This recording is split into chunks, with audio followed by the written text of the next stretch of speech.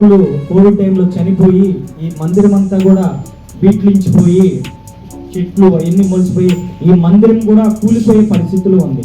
ఈ సంఘ విశ్వాసులు కూడా ఆ సేవకుడు చనిపోయాడని అందరూ కూడా చెల్లా చెదిరైపోయారు. ఒక పక్క ఒక సేవకుడు చనిపోయి చెల్లా చెదిరైపోయింది మా సంఘం, ఒక సేవకుడు చనిపోయి ఈ సంఘం చెల్లా చెదిరైపోయి మందిరం కూడా కూలిపోయినటువంటి పరిస్థితి.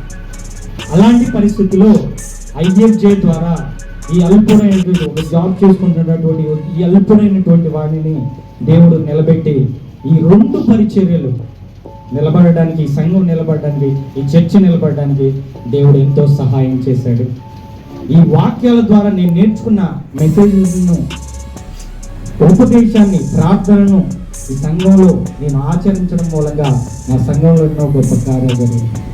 లాస్ట్ ఇయర్ జూన్ నుంచి ఈ IFJను ఇంకా మా ప్రాంతంలో కూడా రావాలి అని వచ్చినా రాకపోయినా ప్రతి ఒక్కరి దగ్గరికి వెళ్ళి ఎన్నోసార్లు నేను IFJకి రండి అని కార్డ్స్ పంచుతూ అందరినీ IFJకి రండి అయ్యా అని చెప్పి తిరుగుతూ ఉండేవాడిని. నేను ఇలా చేయడం మూలంగా నా సంఘంలో జరిగిన గొప్ప మేలు ఏంటంటే, నా సంఘం స్టార్ట్ చేసినప్పుడు 2 వచ్చారు విశ్వాసులు.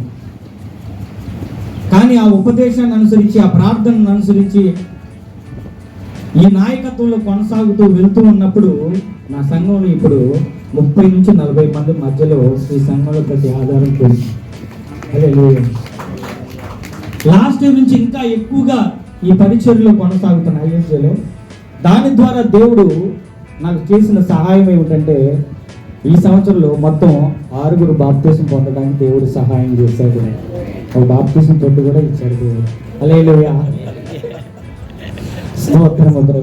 మా నాన్నగారి దగ్గర నుంచి ఎప్పుడు 2013 నుంచి కూడా అయ్యా బాప్తీసం తీసుకోండి ఎంతో మందికి చెప్పేవాళ్ళు నాన్నగారు.